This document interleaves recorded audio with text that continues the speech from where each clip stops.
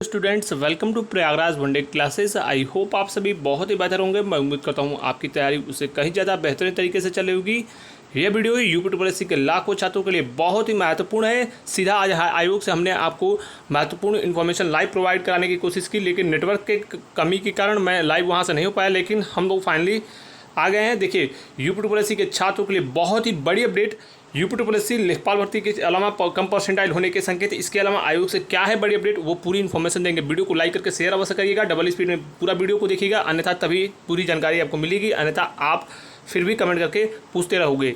Channel को अगर पहली बार आप चैनल विजिट किए हो तो डेफिनेटली आप सब्सक्राइब अवश्य करो, क्योंकि हमें मिलते हैं विभिन्न भर्तियों के रिगार्डिंग सबसे ऑथेंटिक न्यूज़ सबसे पहले। इसके अलावा जैसा कि आपको मालूम है, पीईटी की फॉर्म की बात हो, पीईटी की परीक्षा की बात हो, लोअर पीसीएस का रिजल्ट हो, आबकारी का रिजल्ट हो, ये तमाम जो कट ऑफ के संबंध में वीडियो हो, एजीटीए की भर्ती की बात हो, आपके लेखपाल के विज्ञापनों की बात करें, लेखपाल परसेंटाइल की बात करें, लाइव इन्फॉर्मेशन हमने आपको सबसे पहले प्रोवाइड करी। विभिन्न भर्तियों के रिगार्डिंग सबसे ऑथेंटिक इन्फॉर्मेशन लगातार हमने आपको आज तक दिया है। स्पष्ट रूप से आपको बता दें, मैंने आपसे स्पष्ट रूप से बहुत पहले ही कहा था, आपको मालूम है कि मुझे 360 डिग्री अपनी बातों से जो है मुड़ने की आदत नहीं है, यानी बातों से मैं विमुख हो जाऊं। मैं आपको शुरू से ही, स्टार्टिंग से ही, आपको जैसे ही परीक्षा कराई गई थी, मैंने आपसे कहा था 15 से 20 गुना मैक्सिमम बुलाया जाएगा। और देखिए, जो स्टूडेंट्स कहीं ना कहीं 80 प्लस 85 के आसपास हैं, 85 से 90 के बीच, वही सिक्योर होंगे। ये बातें मैंने स्पष्ट रूप से आपको पहले ही कही थी।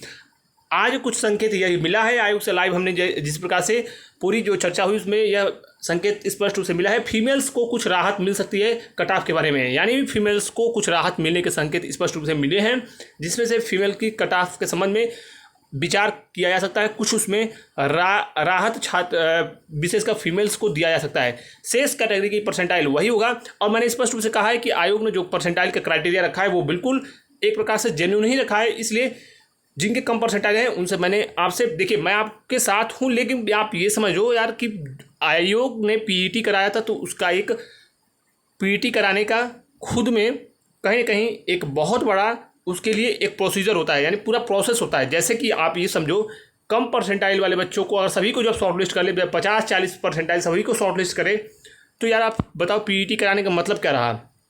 इसलिए आयोग ने जो शॉर्टलिस्टिंग की प्रक्रिया की है वो बिल्कुल सही तरीके से की है। हालांकि आयोग को एक फिक्स परसेंटाइल रखना चाहिए, लेकिन परसेंटाइल 50 आप कह रहे हो, ये चीज़ें गलत हैं। आप नंबरों की बात कर सकते हो कि 60 नंबर या फिर 50 नंबर, इस प्रकार से बातें कर सकते हो, लेकिन परसेंटाइल के अकॉर्डिंग वो चीज़ें बहुत कम हो जाएंगी नंबर। तो इसलिए जो आयोग ने पीईटी कराया है उसका मतलब ये है कि जो जेन्युइन पढ़ने वाले स्टूडेंट्स हैं, जो सिंसियर स्टूडेंट्स हैं, उन्हीं को शॉर्टलिस्टिंग की प्रक्रिया में शामिल किया जाए। अगर उनके अच्छे नंबर होंगे तो वो आगामी भर्तियों में सम्मिलित हो पाएंगे।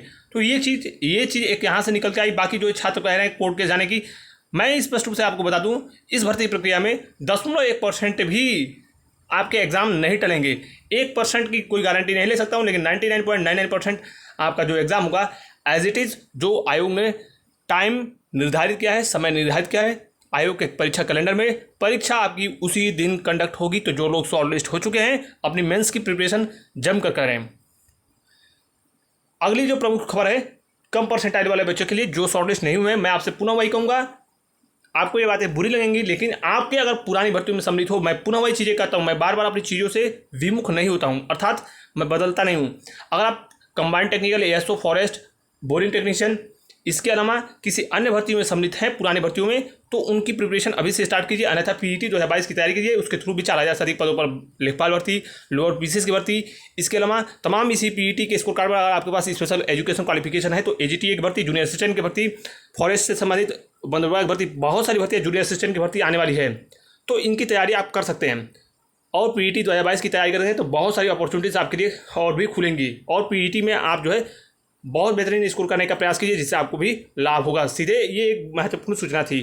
शेष अगली जो सूचना है, आयोग ने आज एएनएम की जो परीक्षा कराई थी उसके संबंध में नोटिस जारी किया है। आप जो है ऑफिशियल वेबसाइट विजिट करके आप उस नोटिस को पढ़ सकते हैं। उसमें आपके आंसर की आदि के बारे में पूरी इन्फॉर्मेशन मिली है। बहुत जल्द एएनएम का परीक्षा परिणाम भी आ जाएगा। तो यह थी पूरी अपडेट। मिलते हैं नेक्स्ट अपडेट में। वीडियो देखने का धन्यवाद। Thank you so much. All the best. जय हिंद।